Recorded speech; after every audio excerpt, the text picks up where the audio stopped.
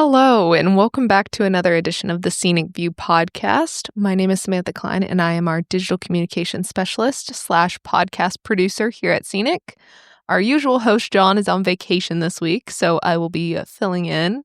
Alongside me, as always, is our Executive Director Ardis Watkins, our Government Relations Director Suzanne Beasley, and today we have a very special guest, Brad Langhans, our Public School Liaison.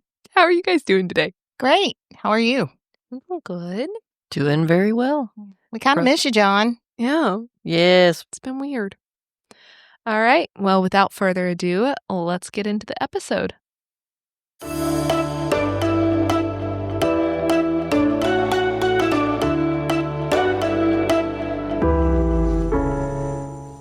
So we are recording this on Thursday, July 31st.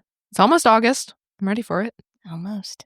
I'm ready for it. And as always, let's start with some budget talk. Suzanne, you've been down at the General Assembly this week. They're back in session just for this week. They were indeed. We're recording this on Thursday afternoon. So there was a skeletal session today to wrap up the week's activities.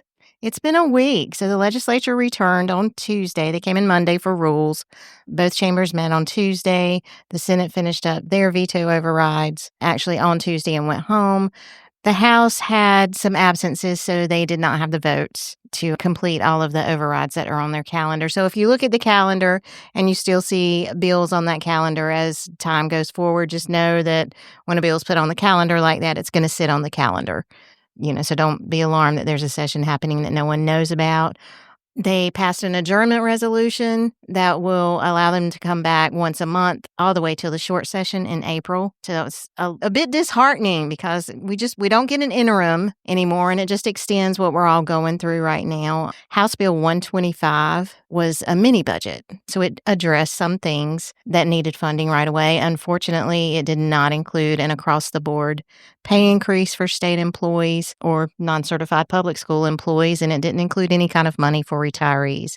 If you're in a step pay plan, the steps will still happen, but that's it. Explain the step pay. So, a step pay plan, and this is even for public school employees who are on a step pay plan. The state troopers, correctional officers, probation, parole, they have step pay plan that has an increase built in, so they will still get their steps. But your average state employee, is not getting anything. Now, we've heard everything across the board this week. Representative Lambus spoke on the floor yesterday and said, they were closer than everybody thinks on a big budget, so maybe the end of August. And then I had another member of leadership tell me, we're not doing anything. We'll see you in April before we take up that business again. And then I had staffers from the Speaker's office talk about mini budget. So I don't know. Nobody really knows what they're going to come back and do. We're going to remain hopeful that maybe in August we do get the budget. Well, when they talk about things they needed to address in the mini budget, state employees are pretty clear, and retirees too. They're something that needed to be addressed and is not. And it was said out loud this week that the sticking points for the whole kit and caboodle is the tax package, state employee pay increases, and retiree money. Those are what they're hung up on. Well, but the problem is when you have a mini budget that spends money, and this one obviously does, that's less money. Every time money is spent and your issue is still out there as a state employee or a retiree waiting to hear what you're going to get, the pool's getting less and less from which there could even be anything. They're picking things. Right. And so contrast that with the way local governments are being handled right now. Because the League of Municipalities and the North Carolina Association of County Commissioners did a survey of all the local governments around the state and said, what are you planning on doing for 25-26 in terms of pay increases? And 79% of the local governments, whether it's city, county, whatever, said, we have plans to provide those cost of living adjustments at an average between all of those local governments of around 3.1%. And then, on top of that, 57.5% of the local governments reported they were doing merit increases on top of those cost of living, averaging 2.7%. So you got local governments taking care of business, taking care of the employees. Oh. And in so many cases, taking care of the employees, if you've been doing a good job, you're making nearly 6% as an increase. Yeah. State employees are waiting while all of these other things get chiseled away from the money, the pot of money, still in some kind of purgatory, waiting to learn, do they get anything? And out of what little bit of pie is left? Now, that's not right. If the local governments can get it done, the state government can get it done. Well, and I've talked to members this week too. I mean, the general feeling of being disrespected is very real, with our folks out there. Well, it's just certainly not being a priority. No. I mean, and somebody could say all day long, well, I respect them plenty. But if you prioritize them, then they'd be in the budget. They'd be in the mini budget. Not just talking the talk. Right. Yeah. And there's a lot of spending in this mini budget. There is. Let's talk about that. There is. DMV. Everybody wants to hear about DMV. So there was $1.2 million to create 40 additional full-time driver's license examiners, 1 and 2, in fiscal year 25-26. So everybody would be glad to hear that. There's going to be more people in our DMV offices to... But that's still not as many as the previous commissioners had been coming to the legislature for years saying they needed. And in 26-27, they get 21 more. That gets them closer, but still not even to the number that they've been told for years we need. And yet the population's still growing. Okay. Yeah. Good luck, Commissioner. Well, that's something. The State Bureau of Investigation, SBI, they got $1.4 million to fund some, 6 administrative positions, non-sworn positions. So they got some extra help that they need. Medicaid got $640 million for rebase. And my understanding is that's $200 million less than what they need. So where is that coming from? And there was conversation yesterday that that's going to have to come from inside the agency. Representative Lambeth spoke on the floor about that they were working with the agency to determine where that could possibly come from. That's a big red flag for us. Mm-hmm. How would you cut that much? Yeah, that's a lot of cuts. Let's see. Yeah, the state employee step plans. Y'all forgive me, I've got notes. There was a lot going on this week. I know the highway patrol. Yeah, the state troopers got 26 full-time non-sworn administrative positions. That was $3 million. So yeah, there was a lot of money spent. So here's the deal. You can increase the number of positions, but you got to increase what they're making if you want to retain the ones you've got. So like with DMV, that's wonderful that finally, there is a response to the many cries for, I think it was nearly 100 employees they said they needed for years. But it doesn't stop the exodus of people who already work there, who are tired of waiting for raises that are piddly when they get them. So now all of this is a bunch of what sounds like bad news or just inertia at best. But it's not. And we're not just reporting to you, this is bad. We're telling you, you better get in here and make those calls to the General Assembly. Yes. Because things happen when legislators hear from you, their folks back in their districts who tell them, I live in your district and I vote in your district. And I not only don't feel valued, no one's done anything to show me I'm valued. So those phone calls, those emails, go to the Scenic website if you need to know who your representatives are and how to get in touch with them. It's www.seanc.org. And don't think that just because they're not in full session right now that they're not getting your emails or your phone calls. There's staff that still check the phone messages. There's a lot of staff that's still at work, even though legislators are not in the office. So somebody's going to get your message, but they're not going to hear you if we don't. Everybody pick up the phone and start calling. Everybody get on your computer or your phone and send an email. They need to hear from the people that are being directly affected by what they're doing. Yeah, and I hear especially retirees say oftentimes nobody cares about retirees. Hey, people care about whatever is bringing in the most complaints or phone calls or emails to their office. Squeaky because wheel. That tells them what the problem issues are. What's important to the people. It's kind of the same even living in apartments and stuff. If the same people are calling you over and over again to fix the same problem, eventually you're going to go fix the problem. Yeah, because you're tired of hearing it. And I heard, getting back to the DMV, at some of these get back to school bus driver meetings, the DMV trainers are in there and they're telling them, you heard that rule that came about where if you don't have your bus license, you may have some extra. It's still eligible for about up to 2 years. Not for CDLs. You still have to go in and you have to get those things.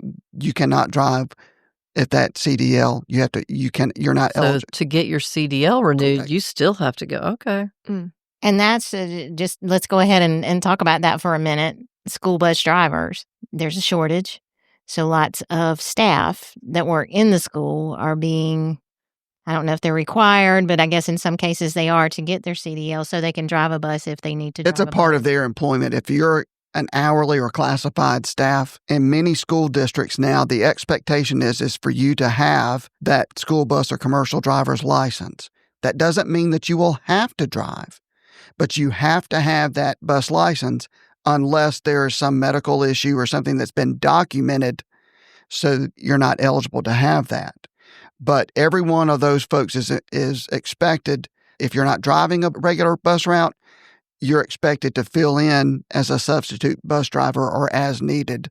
So, yeah, and we talked a little bit about this yesterday, so we'll go ahead and jump into what Brad does. Brad, tell us who you are and kind of what you're doing for Scenic now, how we're trying to get into this space. Well, we could go all the way back to childhood or not, but I was actually a music educator. I was hired and taught down in Craven County. I spent most of my time as a public school employee down in Craven County. I met my wife at West Craven High School. She was the cheerleading coach. I was the band director, and that's how we met. And the interesting thing is, I think the two of us are an example, particularly in a rural county, like Craven County, of making things work because you're bringing in new hires. Well, if you can get them married, get them settled there, then you have an employee for life. Yeah, and that's true. We stayed there in New Bern for 30 years and have 2 sons. And so we were a part of the community as well as working within there. And that was a time where, in that time in education, I was one of maybe 4 people out of a 60, 70 person faculty that was new. So there was a core group of faculty members who stayed there. And I think that's something that's very different and more in rural areas as opposed to suburban environments. I'm not saying it's just a blanket statement, but it was nice to have those folks there, a wealth of experience that you could talk to and help them out. And they certainly helped me out along the way. I did move out of the classroom and moved into a beginning teacher mentor role. And so I was working with all the younger teachers, me and a team of 3 others, to try and help them, not just with the curriculum side, but with the who do I call? Yeah. And I think some of that happened because there was school districts saw the need to have those mentors in place and in a more formal setting versus informal to try and make it more codified. And here's the thing, you're talking about who do I call? So Scenic has stepped up and tried to, we heard you. Who do I call? Who can help with these issues? And I think that when you're saying we heard you, that explains why is people don't even know Scenic's in the space of public education. And there, by the way, there's a number of groups that go into schools, just the same way there's a number of groups that go into state agencies. Right. And those groups, in many cases, serve very different purposes that are useful to the needs of specific people. But why Scenic in the public schools? What precipitated that? Well, I think most of it's an advocacy issue. I just know personally I've got a handful of school employees that reach out to me specifically to find out what's going on because they're not getting information from anywhere else. So, and they had joined. They had joined without us recruiting in really surprising numbers. Yeah. But then they were asking, hey, I want to be part of you, and I am now, but what now? Can y'all come see us, Right. you know? Yeah. So we've been working to that end. Correct. Hence, we have Brad, who is a critical part of our membership team now. And I'll let you expand a little bit on what it is you're doing. Like you were saying, I taught 29 years and my wife taught 32 years. And when I saw the job posting, I asked Deborah, I said, have you ever heard of these folks? Mm-hmm. And she said, no. And that was one of my questions. I know when I was talking about that with them was, who are you? And then I come to hear about what your mission is and how you're trying to expand. And it is an area where, coming from a local teaching, again, in a rural area, it's very easy to get siloed in and feel like no one's listening to me. Yeah. I have concerns, but I also think I might have some answers and some suggestions. Yeah. They may or may not work, but you don't know until you try. And you don't know who to give them to. Who Correct. to give this. And I think My role within Scenic now is it's kind of many different layers where I'm going out and just educating the public school community. Mm-hmm. And I think particularly the certified people have enough different organizations within their own subject matter that they can be a part of. And it's not that we won't reach out to them, but it's the classified folks, the teacher assistants, the bus drivers, the mechanics, the custodial staff, all of those kind of folks who really feel left out. That's where Scenic can play a vital role. Because I remember when we used to have in No Child Left Behind and schools would get bonus money for testing results, growth, and things like that. That's true. If you met growth or you had high growth, you did get money, but it was only to the teachers. None came to classified staff. So I didn't say we did it every year that we had it, but there was several years where we would give a little bit of our money, Deborah and I would, to some of the clerical and some of the classified staff. We couldn't help them all. Yeah. But if you don't help those folks out, I mean, because I'll be honest, you could feel the resentment. Because they are just as important to the success of a school and to a school community as the teachers are. Talk a little bit about how pay, bonuses, that kind of thing are funded, because they're locals and they're not, and so how one county is funding. Yeah, a lot of teachers bonuses, insist that they are not state employees. Yes, so talk a little bit about that, Brad. Education staff are funded by 3 different pots of money: local, state, federal. And depending on what subject area you are in, depending on where you work, depends on which pots of money you are pulled out of as far as your salary and benefits are concerned. And that's, again, the disconnect of where some teachers feel like, well, I work for Duplin County Schools. I'm not working for the state. Well, you're paying into the teachers and state employees retirement system. Right. So yes, you are that. Mm-hmm. You are having the health plan right there. So those things are in there. And I think what has happened historically is the same thing is true in many other areas of public government, in that when we were trying to create, in this case, public education, one of the big foundation points is that we can educate those children and make them significant to the growth of the society, but we can do it at little to no cost. And so when you do that, it's implied that, okay, we're going to do it as cheaply as we can. Yeah. So we're going to make things, when you're talking about whether it comes from building contracts, we're not going to go with just substandard, but we're going to go just enough to make things work. And the same thing happens over into Band-Aid kind of thing. Correct. Yeah. But if you're working in a school and you think I'm not a state employee, I'm a local employee because I'm a school district employee. But at the same time, I think what folks saw who worked in schools really became apparent in 2018 when we got $15 an hour minimum wage for state employees. And then you have people from schools saying, wait a minute, why not me? Well, the legislature controlled that. So that's a state government issue. And that was, partially, it's not totally, but I think some of the issues were at that time, there were some rumblings within the education establishment.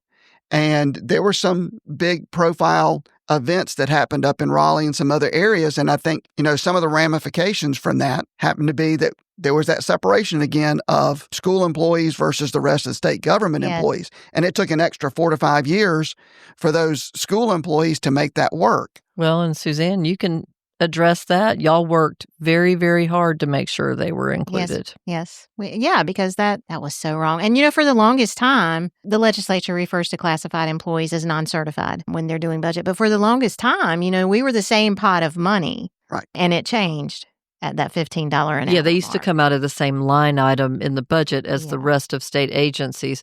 Now what you see is what they do call it non-certified employees in schools, or anybody who's not a teacher is generally getting the same amount of raise as the rest of state government in the, at least from a legislative standpoint. For the most part. And I do think sometimes, again, it's a communication misnomer, thinking when you're talking about budget, you talk about, they say state employees will get this, but teachers are going to get this much more. And it's almost as if it kind of comes back to that thing of, okay, we're going to make the teachers a little bit more profile in the general public's view. And so they, the general public who doesn't understand all the budget things that go on, they see that, oh, well, teachers are going to get an 8% raise. Okay, well, let's dig more into the numbers and see what's happening to make that pay, not just for that, but for the support staff and for the operations of a school. And the local supplement, the additional money that a teacher can get, depending on the county, it's very different, or school system, not just county, where they live, that does not extend beyond teachers, does it? Sometimes yes, sometimes no. Well, explain that a little. I was in a county earlier today where their transportation director was saying that they were going to try and give more from the local side to their drivers and try and give them more hours. Maybe not much of a raise, but the way he had to do it was he was getting his money. He had money allocated to him from the state. No one else in the district could touch it. But then there was a small amount because it didn't all add up to his expenses. So he had to get some from the local school district. And so what he has been able to do through just trying to trim things down, not make it where it was unsafe, but to make it where, they just shortened their edges as far as their operations were concerned. He's been able now, it's his 4th year, he's been able to make it where they're not asking the school district for any extra money. In fact, they had a little bit of a surplus. So now what he's saying is, let's take that money that I have a little surplus of, now let's put it into raises for his mechanics. Right. But that's not the supplement. No, that is not. Yeah. That's not local. But there's some districts will supplement like bus driver pay, but it depends on the county and it depends on how much is coming from local government. Okay. Because there's some places, I had another transportation person tell me it's a rural county, it borders Virginia. Okay. He can only pay them X amount of money. That's all he gets. It's a small county. It's a one high school county. Mm-hmm. The municipality above him in Virginia is basically giving those drivers to come. They're advertising that. It was an average of $5 more an hour. Wow. Wait for it. Then they're going to cover the tuition costs for their children to come up and go to schools in that town in Virginia. Wow. So if I have a family and I'm going to go up to blah, blah, blah-ville and go drive a bus for 6 hours, what am I going to do with my child down here if there's an issue? So it's just like just bring your child up here. We'll waive the tuition fee. We'll make him go because it's a public school. Sometimes at those border counties, I guess that you have to, there's a little bit of a stipend that has to be paid. Mm-hmm. So let me ask you this, since you were in the schools forever. Suzanne and I have been around long enough that we saw when the education lottery, when that bill was passed, and it was a dogfight for that bill to get passed. And the idea was that it would supplement rather than supplant the money that the legislature would put into education. Now, that was changed at the very last minute. The way the bill was passed didn't say that it would be in addition to. It just would be money towards education. Which left the door open. Yeah, but up to 35% was the goal. They didn't make it a requirement that 35% be spent, but a strong preference. And I think the last I saw, about 20% of the lottery proceeds actually go to schools now. Again, the idea was for 35% of the proceeds. Yeah. And I believe you still have to apply for those lottery funds. Yeah, I was going to ask you, so if 35% actually went in, do you think that would solve the issue in some of these counties that are struggling to keep people? It could. It depends on which capital are you going to go into. Are you going to go into physical capital or human capital? Mm-hmm. And if you're going to split them up, because to be honest, in many places, the physical capital is having an issue too. Mm-hmm. Well, there's a bus garage. The big purpose of the lottery in the original statute was to do those capital improvements. Yeah. I visited a bus garage, and again, I will keep them anonymous. 20% of their building is condemned. They cannot use it. It is structurally unsafe. What could be more important than a bus garage? I mean, our children are getting on these buses that are being serviced and maintained at these garages. I mean, what can be more important than that? Yeah. You're putting your children on these buses. And so that's an example. And there's, the average age of school buildings now, it's really high. And I understand that too, because the price of land, whenever a county commissioners or a school board say, we need to build another school, the developers are all of a sudden going, okay, let's go ahead and buy all the property around this proposed area because we can see the growth trends. We know where that's going. So now we're going to make land a premium. So school design, if you've noticed in the past 15, 20 years, school design has not spread out in a physical building. It's gone up. Yeah. They're having to make that work, which is fine. And it works really well. But you have to still provide all of the different facilities. You have to make sure everything works well within the building. And so when you're trying to talk about that versus upkeep of a facility, there's always different issues when it involves upkeep. One of the big things is mold, Because here's something, a little insider trick people aren't telling you. And it's happening. We've heard this in the news, and it's been happening for years as a cost-cutting measure, particularly in the summertime. But it happens, I think, regularly throughout the year. To save money, school districts will make it so that at a certain time at night, the air and the heating will shut off. And then it will shut back on. It will turn back on automatically because they have those controls in place. And I would say most of the time, the maintenance folks, they're doing exactly what they're being asked to do. Yeah. And they make that happen. But what you're forgetting is that by keeping those systems operational, it could be at a different temperature, but you're putting humidity Tons of it in that atmosphere. For example, in the auditorium where we were blessed to have an auditorium at West Craven High, and they were starting to do that. I said, we have a baby grand piano in here that the district has spent thousands of dollars on, and we have all this other equipment. We have this nice floor, but you're going to turn the air off, and on weekends they were turning it off the whole time. Oh, wow. Well, I mean, they always tell you don't go on vacation. When you go on vacation, don't cut the air off at your house because you could cause a But real it was mess. it was kind of short-sighted. It was like, again, it's kind of the whole a person's a widget philosophy. So we turn it all off and then we forget about it. And you're forgetting the system needs to run off and operate that. And most HVAC people will tell you that correctly, as you just said. It's easier to keep it running and then you can maintain that. But when you turn those things off, mold is one of the many problems that start to develop. Go ahead, Suzanne. We were both about to speak at the same. Well, I think we have so many questions for Brad. Well, there's so much. You're a volcano of information over here about public schools, school districts. I was just going to move on to. And there's a lot of people smarter than I. I live with one of them. I don't believe that, Brad. She could tell you even more. We probably need to bring her in sometime. Bring her in. Because here's the thing, Deborah. is that I understand a lot. I understand more than other folks only because Deborah moved out of the math teacher role into admin. And so she was an assistant principal. She was a principal. So she was a site leader. And then she moved to central office and she was the chief academic officer. Yeah. Which was awesome. So she got to see the 100,000 feet view of everything that's going on. And she got to understand the other pieces of that too. So having those different perspectives, it'd be great to have someone like that in because, she can offer some insight in there too. Deborah. Oh, the invitation is there, Deborah. Come on. We're coming for you. So I was going to kind of slide on into how Scenic has expanded to focus on this block of, we've got some members in public schools, so to focus on them. So to that end, we are going to convocations this month. Right. Well, and we're going to a lot of back to school events. I think it's 40 something different events we're going to. Now, we're adding them as we come in. And so it's a little stressful, but it's a good stress because if they're wanting us to come and participate as a vendor and we're really an outside vendor to come in and speak, this is probably one of the few times in a school year that a district will allow outside folks in. To come and speak. And so we're able to be at a lot of bus driver back to school meetings because they have to have different trainings and things that they go on. We're actually a little bit getting into child nutrition. I'm going to a couple of child nutrition meetings because, again, they only meet one time a year because they're so busy doing everything else during the rest of the year.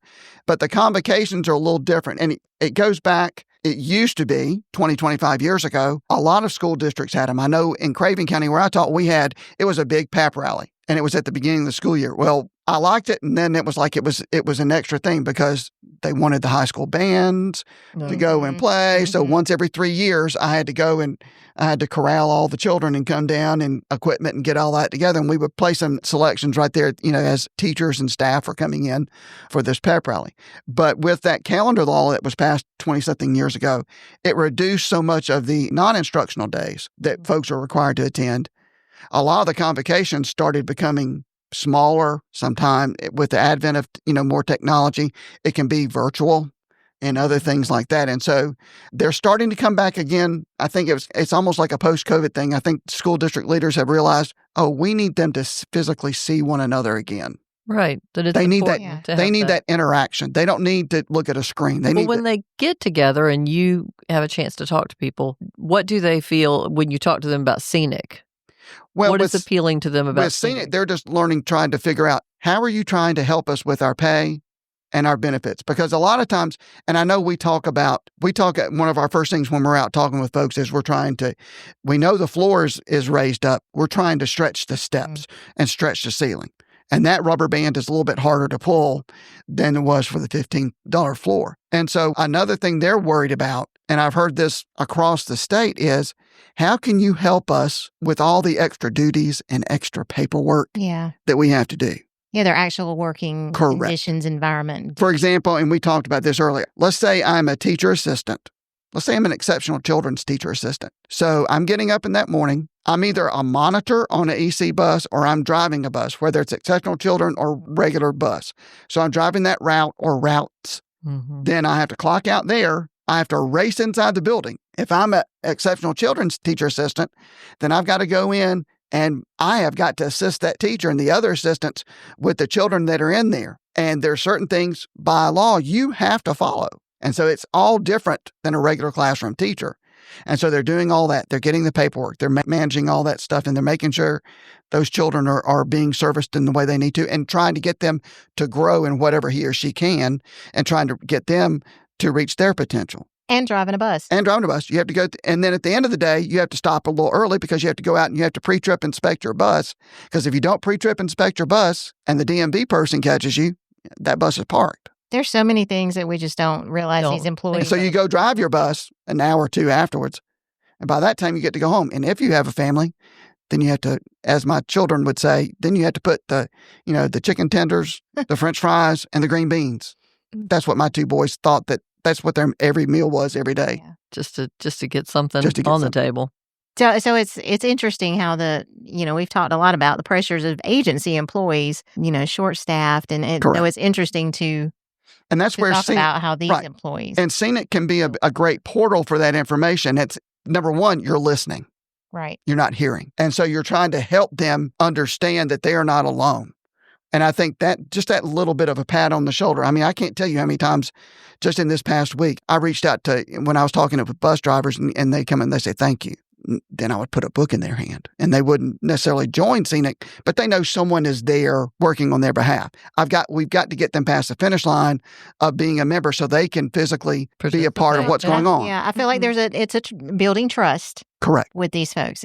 It's building trust. You have to keep going back. People just want to be heard. And honestly, that people tell me things that I don't understand or maybe don't know. So that gives me a direction to go find an answer or, how. Well, and I think the health plan and the retirement hour? are the two things we got the most phone calls about. When people were first calling and saying, I want to join, I saw, and they would have seen some media article where we were out there saying, this isn't right, that the health plan is paying way too much to hospitals for the care of state employees, and then that keeps the benefits down and the costs higher for the state employees because the state's willing to pay too much in terms of reimbursement to these big corporations that run hospitals. So between that and then the retirement, where we said Wall Street fees that we're paying are too much, but we can't even get the documents because they're allowed to be kept secret from the public and from the employees by law, despite the fact that the employees are paying 6% of their check every month into this retirement system and yet have no rights to any transparency about how it's being invested or, what they're paying in terms of fees for investments. And those things seem to be resonating with a lot of, particularly, I think, school employees who were calling and saying, I don't see anybody else. There wasn't anybody taking up this cause. And I think part of it, too, a lot of questions I receive out in the field, it becomes political and not in a bad way, but a political thing of, okay, is Scenic affiliated with a party? And you have to keep telling them, no, we are nonpartisan. The party's supposed to stay mad at us. Right. Our focus is on you as a state employee and your other employees and retirees. That's it. Yeah. And I think some of it is they've got to see. You can show them the previous things we're doing, but I think I've kind of steered them more towards also listening in on the social media posts that you have been putting out, Suzanne, daily from just legislative updates and Ardis' kind of little mini TED Talks as she's trying to put them out. And it's those kind of things that you have to keep showing them. They're little bite-sized, so it's not like it's a big, huge volume. Well, attention spans are so short these days, but they're not. There's nowhere else for them to be getting that kind of information. So that's one of the gaps we can fill for public school employees. And it's just, I think, a fact that, and I've noticed it in my own career, where we had those people who were helping, and it was informal. And then it became more formalized. And I think another negative outcome of the whole testing thing that came along, particularly when it came to teacher A, teacher B, teacher C. Well, teacher B scores are much better. Mm-hmm. So then teacher A and C are a little envious, and they may come to teacher B asking for help. And teacher B says, well, you're not going to mess with my money, so I'm not going to help you. And so a lot of folks have become more siloed. And I think that paperwork versus all those other outcomes, I'm not saying that it's totally hollowed out like that, but I think the veteran teachers are being pushed to isolate themselves. And they just say, I can't keep doing this and making that work. That's where the hollowing out is coming. It's from the person who's been in there 10 to 20 years. That's getting hollowed out. And it's not just in North Carolina, but it's getting hollowed out nationally. And I think it's those folks say, well, I need to go do something else. Yeah. And that's a shame. Because, I mean, that's across state government too. That institutional knowledge is so important to pass along to the up and coming employees, teachers, teachers, assistants. That's so critical. And if they're not being treated well and they don't want to pass that information on, then the younger people are going to. And you just gave an example of someone working with exceptional children. Yeah. We've obviously been on a bit of a tear because of the huge expense of the opportunity scholarships at a time when there is no extra money. And also the fact that a school where somebody can spend the money for those scholarships doesn't have to meet the same criteria, and they don't have to take every student. So this is where, right. I've heard folks say, well, we need competition in education. Yeah. And I'm not against competition in education. Make us play on the same playing field. I was going to say, because it's not competition. In public schools, anyone who comes in off the street, the public school community, I say we still, but the public school community has to meet those child's needs right then and there. No matter if it's just regular ed, they have to assess them. They have to take whatever's going on. If they're labeled exceptional children, and they shouldn't be, but if it happens that way, then they have to do that. We have so many folks now. I know where I was a teacher for years, we had a big influx of Burmese students coming in from Southeast Asia, and it was all coming through a couple of churches doing some things, and that's awesome and that's wonderful. But then in rural Eastern North Carolina, we have to find translators who understand Burmese. It's a big deal, yeah. You can find Spanish. You can find others. Yeah. We can find German, French, all those. That's where we had to be very intelligent about our outreach and reaching those. We had to reach out with those community partners and make that work. And that was the only way it worked. Yeah. But that's what happens in public schools. We have to take them in. We have to show their growth as they assimilate in to the public school community. Whereas with your other schools, there's no fault behind that, but they can be more selective from the student population that they pull in. It's not discriminatory. They're just more selective about that. And when you can pick and choose, that's not a level playing field. It's not. And I mean, I think most Scenic members are like most voters in North Carolina. You ask them, do you think parents should have school choice? They're probably going to say, yeah, that sounds good. I think people should have school choice. If you say, is it okay if government money goes to these schools, but they don't have the same requirements as the other schools, they're like, hold up, because that's when it resonates with any of us. Like, wait a minute, what are we doing? Because that starts to sound like a giveaway. And especially, and I don't know how much you're hearing this out there, but we've heard it repeatedly, that these schools are starting to charge more. Mm-hmm. These private schools are starting to charge more. And you could see that one coming. Yeah. And it's, again, that's an economic reality. Sure. If I was doing one of those schools, it would be foolhardy not to do that.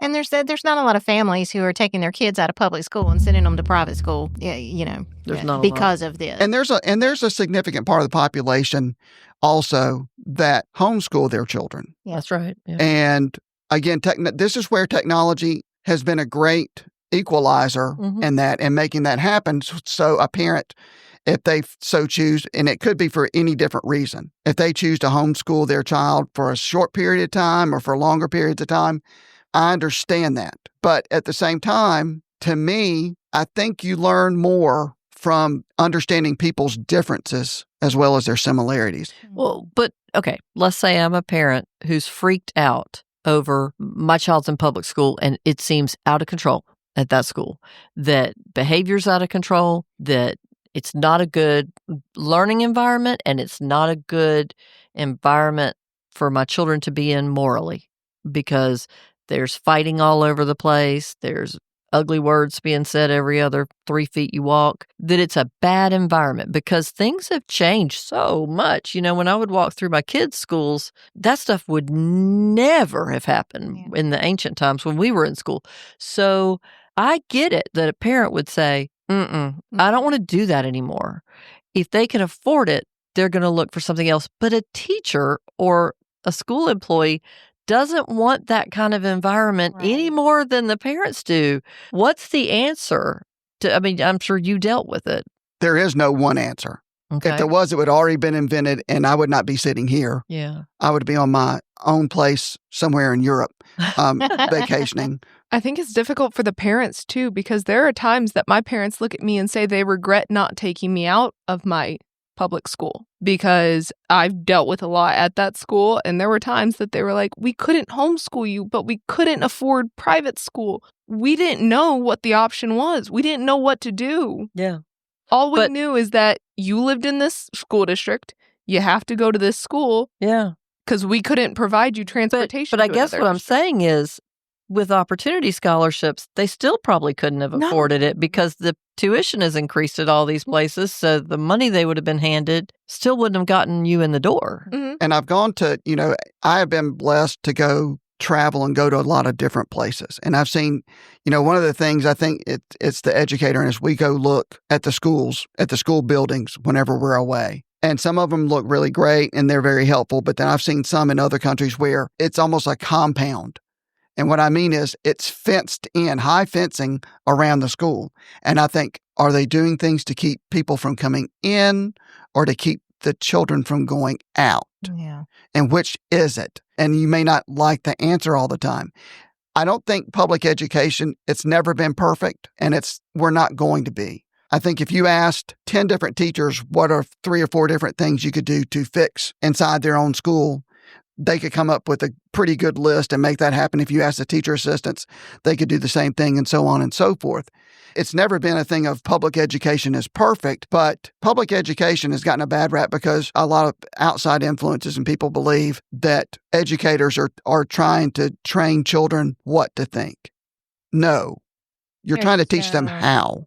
So many great teachers. And how to think. Yeah. How is a very different question. And I think that's at heart. And I can, I understand the safety piece and the things that are going up because I know as a student myself, I'm not telling you every day I went to school, I was like, yippee, I get to go to blah, blah, blah school today. Because there were days, many times where it was hard and things growing up. But I do think you've got to put those things in place. And as a teacher, I know you've got to have those systems in place and processes where the teachers feel like that then whatever may happen in their room, good or not good, that there's going to be an administrator there that will help support them. And the administrators feel they've got to have the support of the folks at the central office and so on and so forth. And I think the parents at the end of the day have to back up the teachers. Yeah.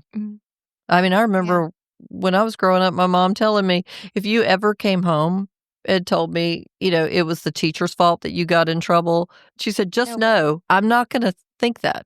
I'm going to think that it was you because what teachers, and yet we're just not in that place now. No. And I try and say this when I'm at bus driver meetings, and I try not to say it as I know everything and I'm being, scepter of knowledge, but I tell them from my own personal experience, if you're picking up that child on that bus route, I made sure that as an employee of Craven County Schools, when that child got on that bus, the first thing they heard from a school's employee was good morning. Oh, yeah. That can be... Sets the tone. It sets the tone for the whole day because you don't know what happens behind those doors at home. That's right. Well, Brad, I've heard you talk about, your experience educating and your views towards education. And I think that's another place where Scenic's view of state government is not about, we have to represent the rights and the pay and the benefits of state employees. But our members who are state employees are focused on the taxpayers. They are there for the taxpayers and their money. And I know educators, most of them very much feel they are there for those students and that they know what their students need in a way that government can't know. But I think the idea is if somebody represents educators or school employees, that's all they care about. I know that was a big thing during COVID, the dialogue that they just care about themselves and not about these students. And that's not what I've ever gotten from the educators that I've talked to. But was it your experience that there were a bunch of people who really didn't care about the students? In every place, no one is ever going to be perfect. Yeah. And I think there were some folks that were colleagues that I would not want my children in their classroom. Yeah. But there was others, we made sure they were in their classroom. Yeah.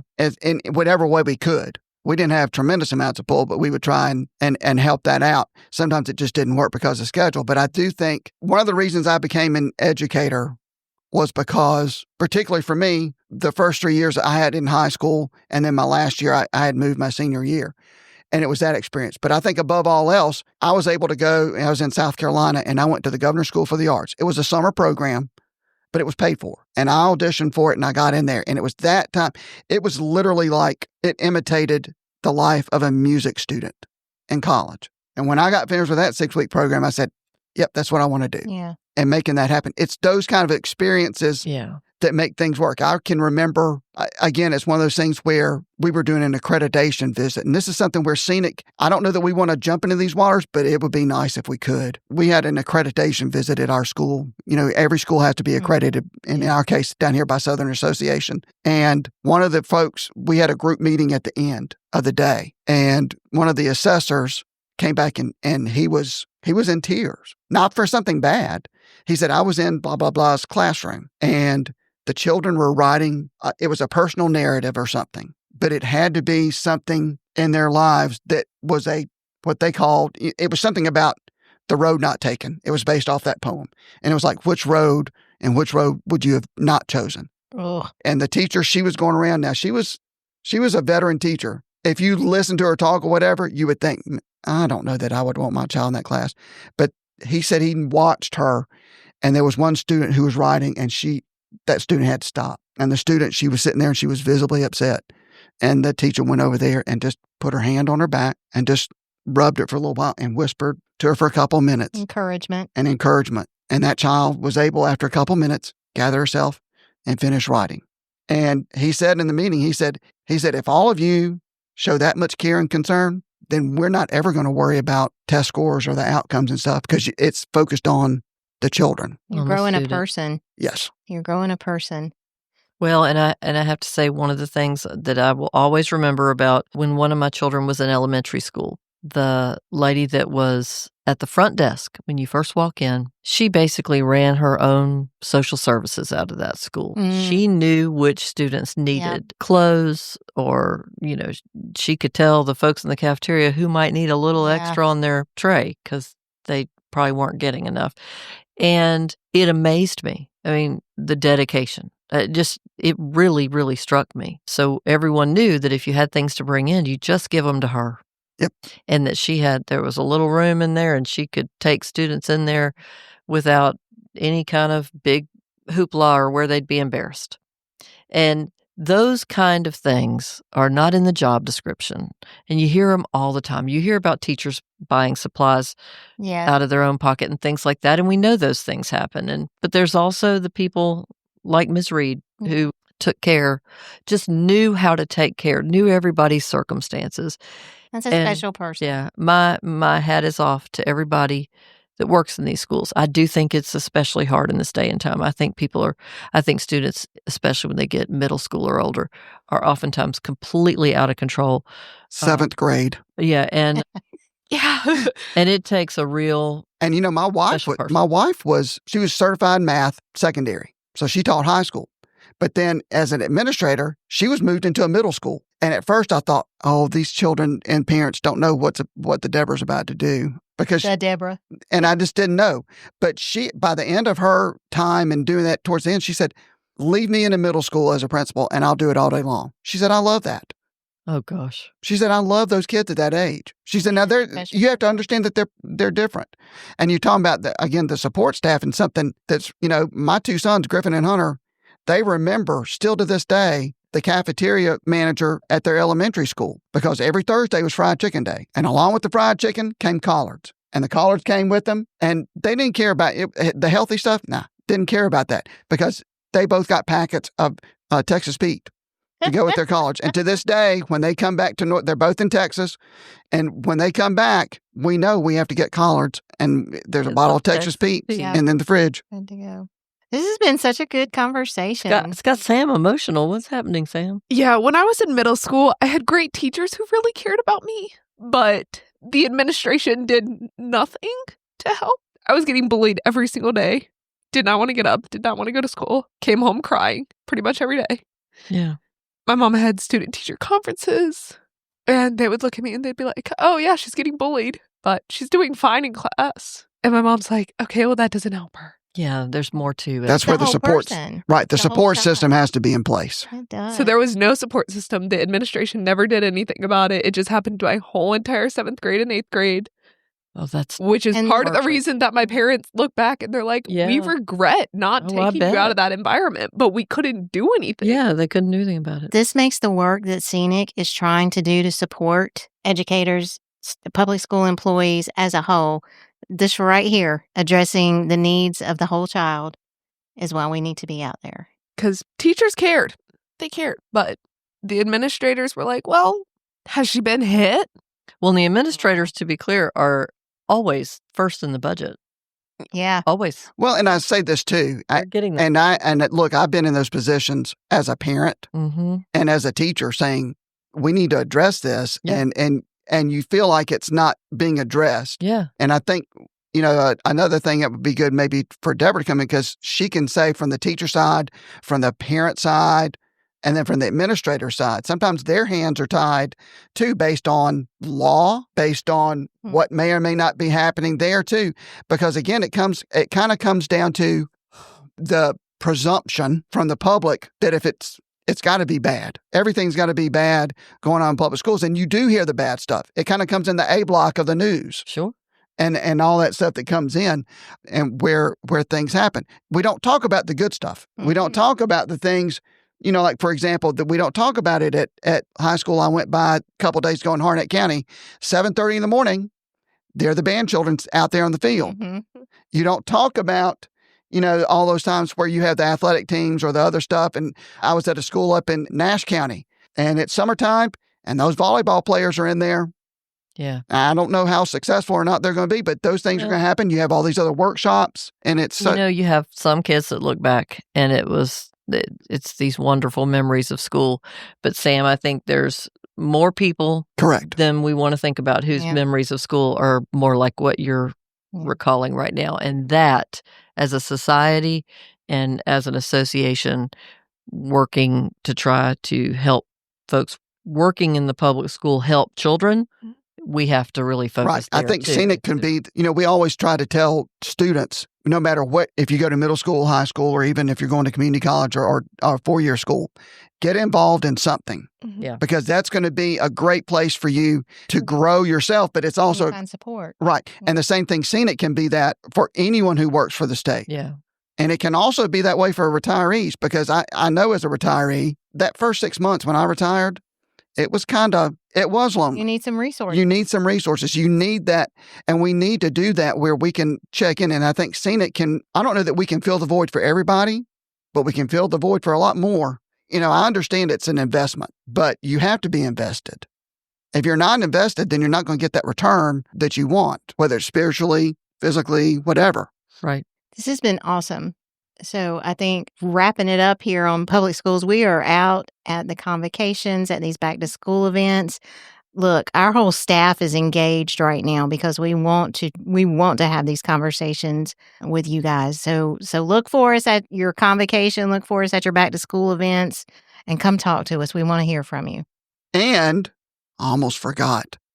We have a giveaway. Oh, yeah. That communication staff has put together. And rather than giving away an iPad or some piece of technology that will become obsolete in 12 months, the communication staff is giving away 5 $100 Amazon gift cards to any school employee. It's not just for teachers, but we're going to give it away. We're going to make the drawing during our state convention in the first week in September. And to do that, that would mean if you're at a convocation or a school bus meeting, and look at our social media because it's up there.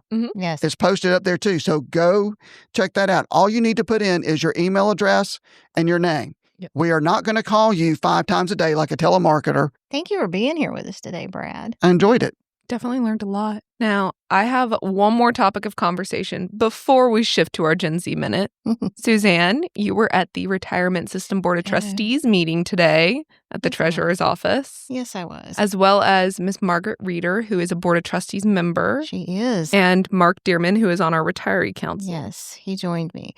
This was not the heavy valuation meeting where they share all the information about investments. So it was a little lighter than that. But we did get some information. The portfolio for the retirement system is performing well. Sam Watts, the director of the retirement system, he's so good at breaking things down. So we enjoyed Sam's presentation today to explain smoothing. There are some gains from investments, which some of you may have seen a video from Treasurer Briner talking about those gains from returns. There's a smoothing process that happens with the retirement system. So just because gains happen this year does not mean that all of those gains are going to be available to spend in this year, because it has to be smoothed out over a certain number of years, which is 12. It's an accounting technique. It is. It is. So, so we'll talk more about that when they come back in October to do the valuation. We also touched on the Duke and Aetna issue that's going on, because there are a lot of questions from everybody. We have a meeting with the State Health Plan Executive Administrator on Friday to talk about where they are right now. Sam, he told the board and all of us who were present today that they do feel optimistic about things being worked out between the State Health Plan, Aetna, and Duke Health. So just stay tuned. As soon as we're getting information, we'll push it out to you. A little bit of good news. Legislation passed some of the stuff that the plan was seeking from the legislature. But y'all remember UNC Health and ECU, the dental school and School of Medicine, new plans, health plans, retirement system. And they had, they wanted to move the new people, and that's in place. New hires are not in the traditional plans anymore, but they wanted the schools wanted to offer current employees the opportunity to come out of the traditional systems and into the new systems. And that's not going to happen. Oh, it would just decimate the retirement. Yeah, it was such a hit to the retirement system. So new hires, yes. Current employees will be staying put. Like I said, there were no actuarial presentations today. That'll happen in October. And, if you guys have got questions, you know where to find us. Awesome. Well, I normally have John to throw me into my Gen Z Minute, so I'll throw myself into it today. Sammy, what's going on in Gen Z world? I'm glad you asked. So this week for the Gen Z Minute, I found an article talking about how to attract and retain Gen Zs amid the impending labor shortage. Okay. So this one came from Inc.com, and it just had 3 little quick points. The first one was mentioning that we need to treat Gen Zs like investments, not a commodity. This refers to a working environment where veteran managers are not making emotional connections with their young team members, and Gen Z want to feel like they're being invested in, and building personal relationships is something that is very important to them. Another aspect that they had talked about was creating a culture of belonging. Study shows that Gen Z employees decide how long that they will stay at a position within their first week on the job. Wow. And a lot of it is based on the feeling of, do they feel like they fit in with their colleagues, like fit? Or do they feel like there is not necessarily an organic community, but one that feels manufactured and pressured? And the final point in this article was letting Gen Zs weigh in on decisions as early as possible. No matter how little experience they may bring to the team, they are often looking at the future far more and can sense where the culture is shifting and where it's going towards. So sometimes just listening to their ideas and taking them into consideration can make them feel like they have more of a role in the company and feel more valued. Hence the Gen Z moment. Well, now I have our question of the week. Sunny's wacky weird question of the week. It's a fun little one. So it is still summertime, which is when all the fun reality game shows and competition shows come out, like Big Brother, Survivor, Bachelor in Paradise, all of those. So my question this week, is what game show do you think you have the best chance of winning? 1% Club. What is that? It's not a summer show, Mm. but it's a show. It's kind of like it. Is it kind of like Price is Right? Or Well, Jeopardy? what it is the premise is they have 100 people in the room. Uh-huh. And they asked questions. They asked a poll, and it went to 90% of the people we polled got this question right. And it could be anything from knowledge to maybe it's a spatial visual question or something. You have to look around and say, which colors are these things that come around? And so what happens is it starts at 90%. And then they give them like maybe 20 seconds to answer the question. Everybody has their own keypad. And they answer it. And then as it dwindles down, for every person that gets out, they add to the pot $1,000. So you can get up to $100,000 if you get down to the 1% question, where 1% of the people polled got the questions correct. Oh my God. Now, there's certain spots along the way where at different areas you could walk away with your $1,000 and be okay. And then they have this where you could, when it gets closer to the end, you can get your share of $10,000. But like there was the last episode that I watched, there was a question and there was like 3 or 4 people that were left, and they had the option to split 10,000 their share or to go for the 98,000 because 2 of them had used a lifeline, so they were able to skip a question and get credit for it, but they had to give up their $1,000. So they had 98,000. So the 4 of them would have split it. And they asked this question, and I can't even remember the answer or the question. But you probably knew it. All 4 of them missed it.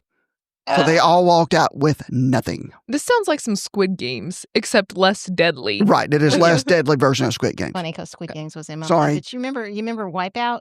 Oh, yeah. I mean, I would never win anything on there, but it was funny to watch me get knocked off. That would be That's fun. always funny to watch for like 20 seconds, and then I keep on going. I got the Wii video game for that. That's always fun to play. Sorry, And then the Ninja Games. That's all a right, good one. ladies, go ahead. I'm sorry.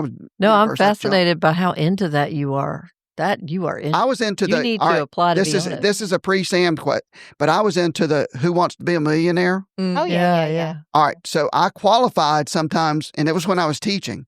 I qualified for that. Sorry, Craven County Schools, but there was some times in there where if you got it right, then you had to be by a phone for a certain hours of time where they could call, and so I would give them the direct line to the band room. So I would have I would have a student sit in there and wait. And I told him, I said, if you don't answer this phone, I'm giving you an F. You're getting an F. I said, no, I'm not going to fail you, but your life will not be very pleasant for the rest of the semester. So I had a couple of trusted students that I would, and they were like, anything, if I don't have to hear you tell me one more time from letter E to letter F in this piece of music.